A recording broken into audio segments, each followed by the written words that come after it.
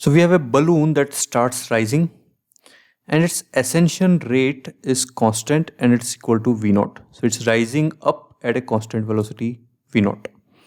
So Vy is V naught.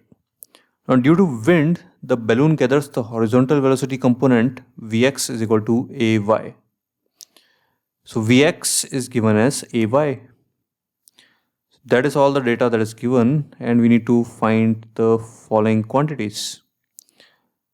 And depending on the height. So as a function of height, we need to find what is horizontal drift of the balloon and the total tangential and normal accelerations of the balloon as a function of y.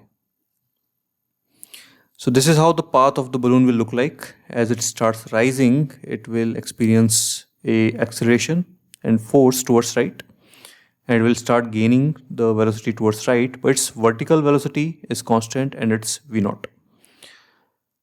Anyway, we don't need this diagram for the first part of the question. See, we are given Vx is Ay and Vy is V naught. And we are asked what is x as a function of y. So you can see here there are terms of x and y in both. But we have velocity also. And velocities have a term of time, right? So let's get rid of that term of time, and then we should be able to get a relation between x and y. So we'll write Vx as dx by dt and Vy as dy by dt, and we'll put the value of dt here to get rid of the time in these two equations. So we get dx equal to Ay dy by V naught. So now we have got a relation between x and y, which is asked in the problem. So we just integrate it and put the limits, because it's starting from the surface of the earth. So the initial point, let's say it's 0. So 0 to x and 0 to y. We get that relation. So x is a function of y. Second part, total tangential and normal acceleration. See, in vertical direction, velocity is constant. So acceleration is obviously 0 in y direction. In other direction, acceleration, let's say it is ax. So ax is dvx by dt and vx is this much. So we'll put that here. So this becomes a dy by dt, and dy by dt is given as constant v naught. So this comes to be a v naught. So ax is a constant, that is a v naught, and that is also our total acceleration, because acceleration in y direction is 0. Now tangential and normal accelerations of the balloon. So we can find these tangential and normal accelerations from total acceleration by taking components of total acceleration in tangential and normal directions. So let's come to the figure.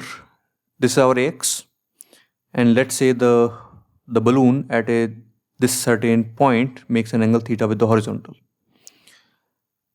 So its vertical velocity is v naught and horizontal velocity is ay. So clearly this angle tan theta on the trajectory, that is v naught by ay.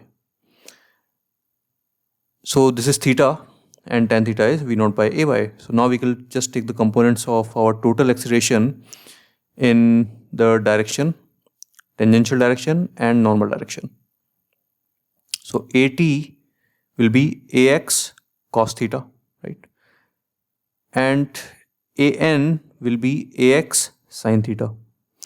So that's what we have done. At is equal to ax cos theta, and cos theta is ay upon root of, so basically vx upon root of vx square plus vy square. So we'll put the value of vx and vy here and get our answer. And normal acceleration is ax sin theta, and sin theta is vy upon root of vx square plus vy square, which will give our normal acceleration. Yeah.